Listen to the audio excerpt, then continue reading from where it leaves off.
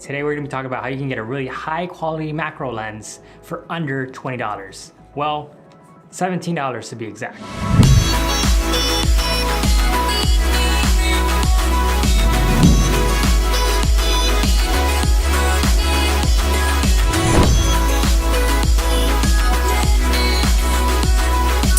What I have here are macro tubes. These are just little adapters you attach to the end of your lens before you attach it to your camera, and they help significantly shorten the minimum focusing distance of any of your lenses. Now, what I have here are E-mount versions of these macro tubes, but of course they sell them for every camera manufacturer out there. You can get them for your Canons, your Nikons, whatever it may be. You can go ahead and pick up some macro tubes for that camera. The build quality isn't the best. I mean, it's only $17, so don't expect the most high-end materials to be used. It's an all plastic design. Even the mounting bracket on the back that attaches to your camera is completely plastic. There's basically no metals to be found on these adapters except for the little metal pins on the inside and the back of the adapters to just connect electronics from your lens to your camera. So yes, with these adapters you still can get full-on autofocus. It may be slightly slower than just default no adapter autofocus, but in my experience it's been more or less the same, and you still can of course control your aperture electronically as well. By the way, I forgot to mention there's actually two adapters in this kit for 17 bucks. You get a 10mm adapter and a 16mm adapter, and you can actually pair them up together to get a 26mm adapter. And at 26mm, your camera lens is basically be touching whatever it is you're trying to take a picture of.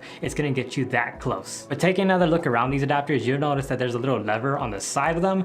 This helps you lock in and unlock your lens to the adapter, so you won't have to worry about it untightening or falling off. It keeps it pretty secure in my experience. Also, just like you're accustomed to on your Sony cameras, there's this nice little white dot that helps you know where you can align your lens to lock it in. And if you didn't notice, there's absolutely no glass within these adapters at all. It's just a piece of plastic that you put in between your lens and your camera. So you don't have to worry about image quality being degraded because a different element is introduced between your lens and your camera. There's literally only a space added between, that's it. And by the way, these had no issues with blocking light. When I put them together, they seem to block all the light from the outside, nothing leaked in, and just using them singly with just the lens and the camera, no light leaking at all. I had no issues there. So if you have a really good telephoto lens that you love, that you use for portraiture or whatever it may be, just add these adapters to the back of it, and there you go. You have yourself a high-end, really high quality macro lens. Now I say telephoto, but you can use wide lenses if you want. It's just not gonna work as well. Now there are a bunch of companies that make these macro tubes, and I'm pretty sure they're more or less all the same, but I'm gonna link the ones that I picked up below so you can go check those out yourself. It comes with Amazon Prime. They have a lot of good reviews, so you don't have to worry about anything sketchy. Now just taking a step back to talk about autofocus for a second, when I first picked up these macro tubes,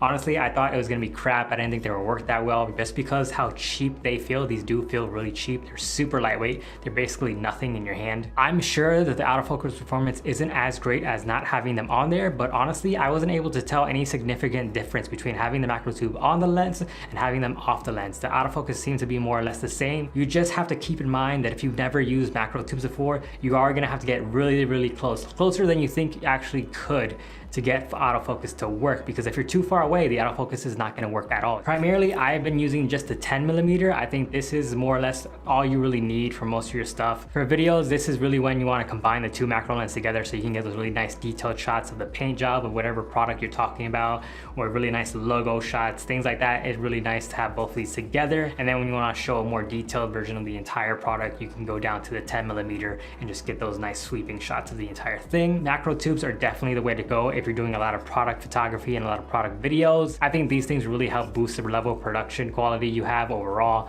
so I highly suggest picking these up. But if you do have a little bit more money to spend, and I do mean a little bit more money, basically 15 bucks, I highly suggest going and picking up a metal version of these macro tubes. I'll link below an option that I'm considering picking up for myself. It looks to be good quality, and it's basically the same exact thing. It's just two tubes. So if you have the extra money, I highly suggest you go out and pick up the metal versions, just because it's definitely worth it if you're gonna be doing a lot of macro photography, a lot of macro videos. If you don't have the extra money, if you really can't afford it, if your budget really is set at $20 or less, these things are gonna work perfectly fine for you. Again, I just used these on a professional shoot for a client and it worked perfectly well, no issues at all, no complaints. My only concern is that I can already see that there's a lot of scratches and stuff on this, so I'm concerned that the connections for the electronics is eventually gonna kind of like wear off on me. So I am gonna plan on picking up the metal versions of these myself, but again, if you're on a tight budget, this should last you a good little while, so you don't have to worry too much about that. Anyway, that was my quick video on how to get a really killer macro lens for under $20. If you're curious about macro photography, if you've never tried it before, I say go pick these up, test it out, see if you like it, and if you do, if you love it, if you fall in love with it like I have,